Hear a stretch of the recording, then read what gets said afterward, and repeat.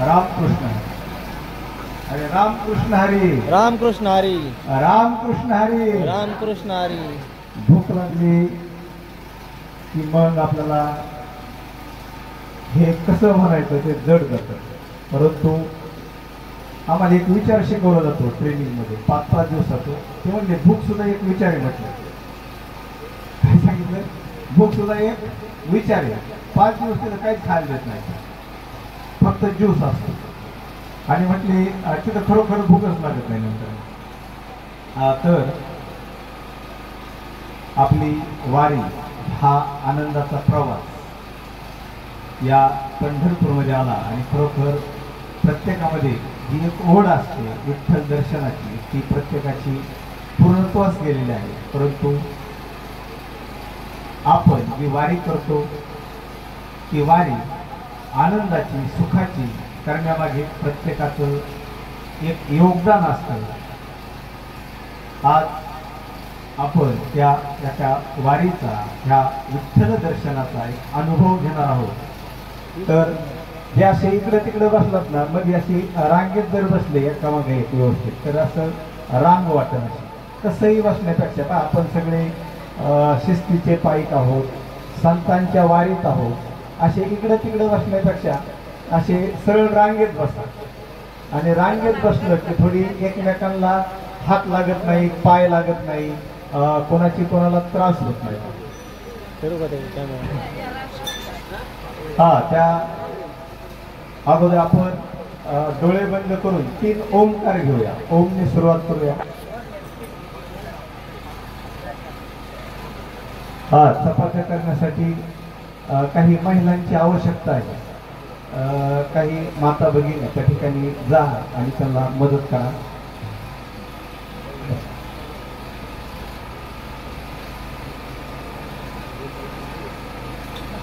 हात जोडा. 3 ओंकार घेऊया.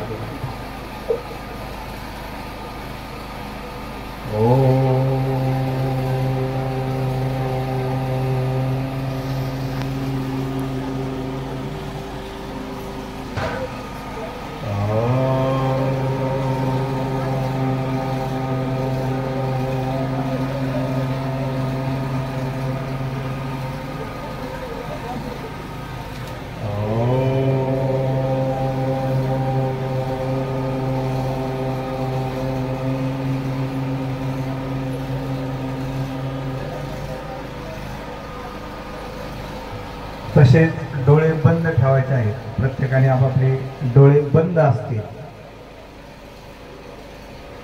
आपण डोळे उघडे ठेवून वारीचा आनंद घेतला. आता डोळे बंद ठेवून ही वारी आपल्याला अनुभवायची आहे. आणि प्रत्येकाने आपल्या मनाशी ठाम निश्चय करा, मी सगळं होईपर्यंत डोळे उघडणार नाही. कारण तो पाहणारा पांडुरंग आहे. आणि आपले डोळे उघडे जर ठेवले तर आपल्याला त्याचं दर्शन होणार नाही. म्हणून प्रत्येकाने डोळे बंद करा ही प्रत्येकाला विनंती आहे. प्रत्येकाचे डोळे बंद आहेत. एक दीर्घ श्वास आणि पुन्हा तो श्वास सोडा. पुन्हा एक दीर्घ श्वास घ्या. सावकाश श्वास घ्या आणि सावकाश श्वास सोडा. आपलं बालपण आठवायचं आहे आपल्याला. आपण लहान होतो, आपलं बालपण आठवा. माझा जन्म झालेला आहे, मी आईच्या मांडीवर आहे. ते आपलं सुंदर गोंडस इवलस रूप आठवा की तुम्ही आपल्या आईच्या मांडीवर आहात. अगदी माझं एक छोट रूप मी पाहत आहे हा अनुभव घ्या.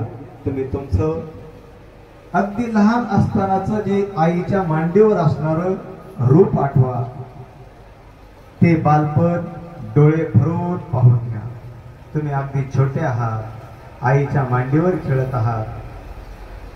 ते बालरूप डोळे भरून पाहून घ्या. मी अंगणात खेळत आहे. आता मी थोडा मोठा झालोय. मी अंगणात खेळत आहे. आई वडिलांकडे हट्ट करत आहे. आई वडिलांकडे मी हट्ट करत आहे, माझे लाड ते पुरवत आहे, मी जे मागत ते देत आहे. आईच्या कुशीत तर कधी वडिलांच्या खांद्यावर मी आहे, आजी आजोबा बरोबर मी खेळत आहे.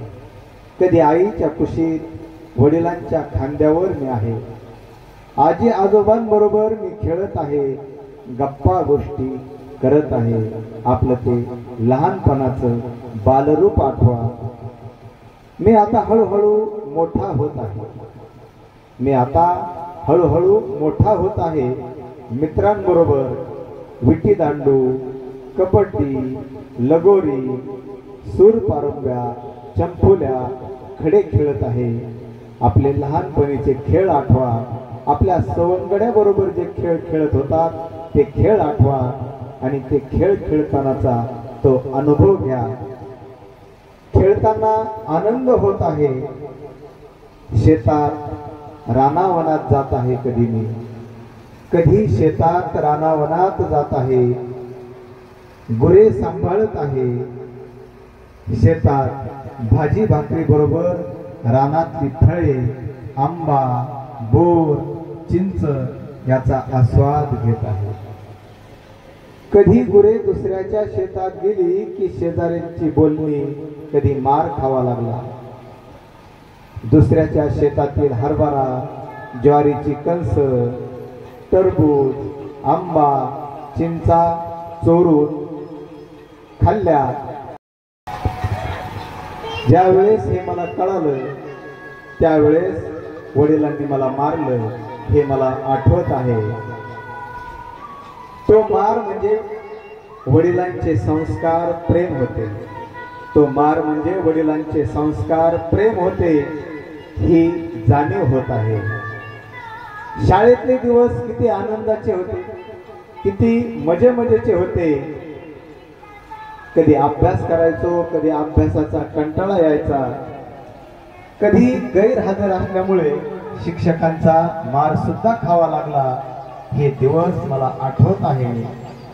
शाळेतले मित्र, गप्पा, गाणी, गोष्टी खरंच किती सुंदर होत होते. शाळेतले मित्र, गप्पा, गाणी, गोष्टी, शिक्षक खरंच किती सुंदर होतं सारं. मी आता मोठा होऊ लागलो आहे. मी, माझी भावंड, आमचं एकत्र कुटुंब आहे आणि आमच्या या सर्वांच्या गरजा आता वाढत आहेत. शिक्षण, आवडीनिवडी, इतर खर्च आता वाढला आहे कारण आम्ही सगळे आता मोठे झालो आहोत. उत्पन्नाचे साधन म्हणजे फक्त शेती आणि दुष्काळ पडला तर उत्पन्नच होत नव्हतं. हा दुष्काळ नेहमी पाचवीला पुजलेला. आई वडिलांवर नेहमी कष्ट करण्याची वेळ येत आहे. आई वडिलांवर नेहमी कष्ट करण्याची वेळ येत आहे. बहिणीचे लग्न, वडिलांचे आजारपण, कर्ज यामुळे सणासुदीला आई दुसऱ्याच्या शेतात जात आहे. हे मला माझे दिवस पुन्हा पुन्हा आठवत आहेत की माझी आई, माझ्या वडिलांचं कष्ट मला आठवत आहे. दिवसभर राबणारी आई कशी बशी चूल पेटवायची, असेल त्यात भावंडाची, कुटुंबाची भूक भागवायची. ती मात्र अर्ध्या पोटी पाणी पिऊन उपाशी झोपायची.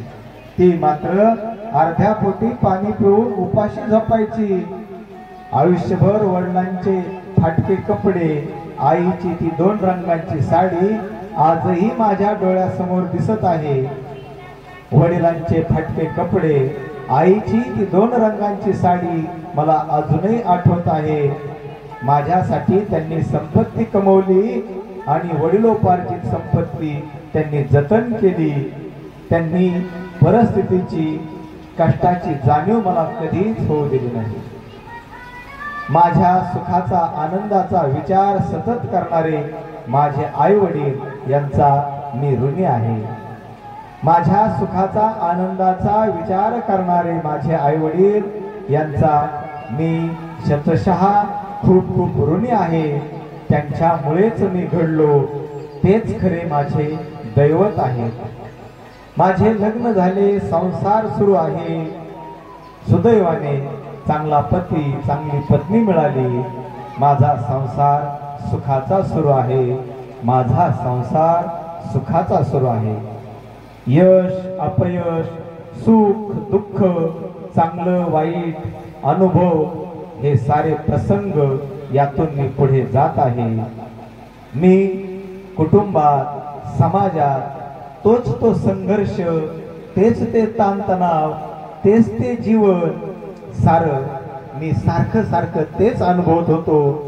यातून बाहेर पडण्यासाठी, सकारात्मक विचारासाठी आज मी शेख मोहम्मद महाराजांच्या पालखी सोहळ्यामध्ये आलो आहे. माझं जीवन आनंदी बनवण्यासाठी, विठ्ठलाच्या दर्शनासाठी मी संत शिरोमणी शेख मोहम्मद महाराजांच्या पालखी सोहळ्यात आलो आहे. वारीचा पहिला दिवस आठवा, वारीचा पहिला दिवस आठवा. वाजत गाजत प्रस्थान, ग्राम प्रदक्षिणा. शेख मोहम्मद चांद बोतले तुकाराम, शेख मोहम्मद चांद बोतले तुकाराम हा गजर. उत्साहाने आनंदाने ही वारी सुरू झाली. उत्साहाने आनंदाने ही वारी सुरू झाली. पहिला मुक्काम बेलगाव आणि तिथून पुढे सुरू झाला आपला हा वारीचा प्रवास. आणि पहिल्या मुक्कामात बेलगावात चालताना थोडा थकवा आला. पहिला दिवस होता, तेही आठवा. आणि नंतर तो उत्साह मात्र माझ्या मनात होता. मला पांडुरंगाला भेटायचं आहे हे माझ्या मनात होतं. आणि त्या उत्साहात मी चालत होतो. वारीचा दुसरा दिवस पाटेगाव, तिसरा दिवस जातेगाव, खडकेवाडी, कविटगाव, टेंभुर्णी, भोसेपाटा आणि आलो आहे मी आता पंढरपुरात. उत्साह, पंढरीची ओढ मनात होती. आणि हा प्रत्येक दिवस मला काहीतरी शिकवत होता, काहीतरी जाणीव करून देत होता. मला माझं अंतर्बाह्य मला शुद्ध करणारा हा प्रत्येक दिवस होता. पहाटेची 4ची वेळ उठायचो, आंघोळ तयार होऊन आरती, काकडा, नाश्ता, दुपारचं जेवण, प्रवचन, हरिपाठ, कीर्तन, भजन, रात्रीचे जेवण, याप्रमाणे ही वारी आज पंढरीत आली. चंद्रभागा स्नान करून फुगडी पावली खेळण्याचा मन मुराद आनंद घेतला. त्या चंद्रभागेमध्ये स्नान करून फुगडी पावली खेळण्याचा मन मुराद आनंद घेतला. संतांच्या पालखीचे दर्शन घेण्याचा योग आला. ऐसी चंद्रभागा ऐसे भीमा तीर, ऐसी चंद्रभागा ऐसे भीमा तीर. ऐसा विटेवर देव कोठे, ऐसा विटेवर देव कोठे. ऐसे संत जन ऐसे हरीचे दास, ऐसे संत जन ऐसे हरीचे दास. ऐसा नाम घोष सांगा कोठे, ऐसा नाम घोष सांगा कोठे. ज्ञानोबा तुकाराम, विठ्ठल विठ्ठल विठ्ठला, शेख मोहम्मद विठ्ठला. विठ्ठल विठ्ठल विठ्ठला, शेख मोहम्मद विठ्ठला या जय घोषात मंदिर प्रदक्षिणा केली. कळसाचे दर्शन घेतले. आणि आज मला कळलं तो भगवंत चराचरात आहे. जळी स्थळी काष्टी पाशाने तो पांडुरंग आहे. यत्र तत्र सर्वत्र तो पांडुरंग आहे. जळी स्थळी काष्टी तो पांडुरंग आहे. यत्र तत्र सर्वत्र तो पांडुरंग आहे. तो सर्व वारकऱ्यात तुम्हाला दिसला. वारीच्या वाटेवर जेवण बनवणारा आचारी तो पांडुरंगच होता. तो माझ्या बरोबरच होता. आणि तो अतिशय स्वादिष्ट जेवण बनवत होता. वाढणारे वाडेकरी ते जेवण मला वाढवत होते. ते पांडुरंगच होते. तंबू उभा करणारे ते आम्हाला ऊन वारा पाऊस यापासून संरक्षण मिळावं म्हणून ते पांडुरंगाच्या रूपात येत होते. गाडी चालवणारे सर्व ड्रायव्हर, चोपदार, झेंडेकरी, विनेकरी, वारकरी, टाळकरी, गायक, वादक, तुळशी कळशीवाले, प्रवचनकार, कीर्तनकार सर्वांमध्ये तोच आहे, सर्वांमध्ये तोच पांडुरंग आहे, सर्वांमध्ये तोच पांडुरंग आहे, याची मला आज जाणीव झाली आहे। तो भगवंत चराचरात आहे याची जाणीव मला झाली आहे। प्रत्येक जण विठ्ठलाचं रूप आहे, प्रत्येक जण विठ्ठलाचं रूप आहे। या विठ्ठलाचे दर्शन मला घडले आहे, या वारीत घडले आहे, चंद्रभागेत घडले आहे, प्रत्येक क्षणोक्षणी घडले आहे आणि याची जाणीव मला आता होत आहे। आता या ठिकाणी